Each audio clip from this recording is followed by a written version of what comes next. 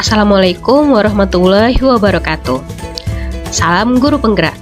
Bapak Ibu guru, pada kesempatan kali ini saya akan memaparkan hasil tugas dari modul 1, yaitu demonstrasi kontekstual pemikiran filosofis Ki Hajar Dewantara.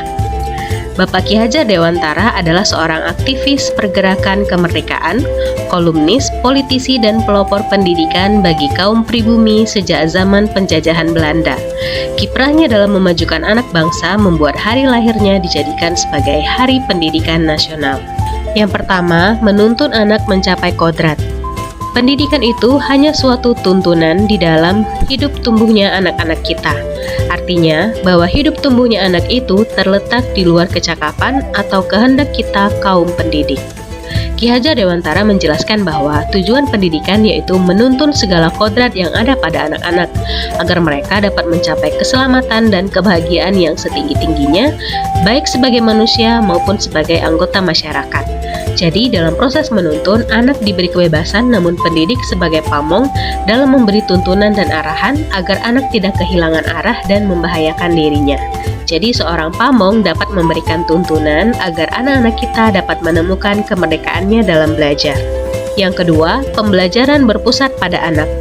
Sebagai pusat pembelajaran, kebutuhan anak harus terpenuhi.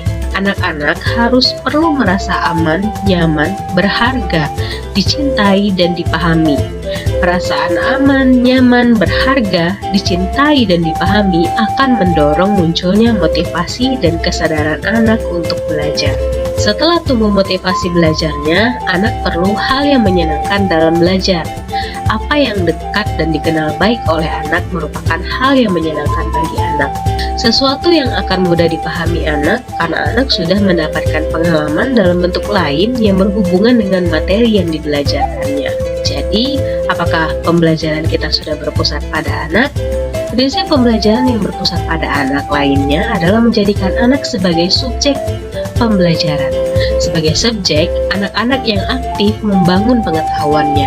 Jika ternyata guru masih dominan dalam proses pembelajaran, maka ia sudah mengambil hak anak untuk memberdayakan dirinya.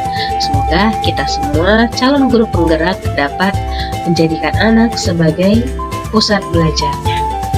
Yang ketiga, trilogi pendidikan.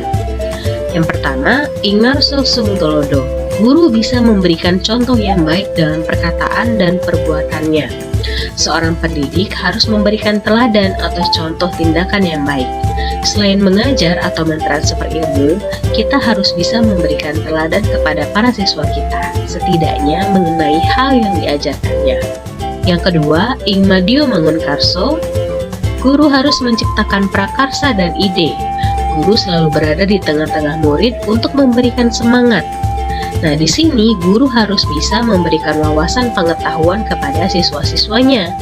Harus dicermati bahwa mereka harus bisa memberi wawasan, bukan hanya membaca ulang apa yang sudah tertera di buku yang dipegang oleh siswa.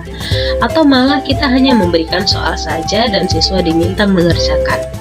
Tutwuri Handayani, guru harus bisa memberikan dorongan dan arahan. Inilah tugas utama guru yang harus pula dilakukan, yaitu sebagai motivator. Bagaimana para pendidik bisa menumbuhkan atau merangsang serta mengarahkan setiap potensi yang dimiliki siswa merupakan hal yang harus difikirkan. Harapannya, mereka dapat memanfaatkan potensinya secara tepat, sehingga lebih tekun dan semangat dalam belajar untuk mengejar cita-cita yang diinginkan. Nah, ayo Bapak Ibu guru, semangat guru kunci kebahagiaan anak. Pendidikan berarti daya upaya untuk memajukan budi pekerti, karakter, kekuatan batin, pikiran, jasmani anak-anak selaras dengan alam dan masyarakatnya. Demikianlah yang dapat saya sampaikan. Lebih dan kurang saya mohon maaf. Wabillahi taufiq wal hidayah. Wassalamualaikum warahmatullahi wabarakatuh. Salam belajar, salam bahagia, salam guru penggerak.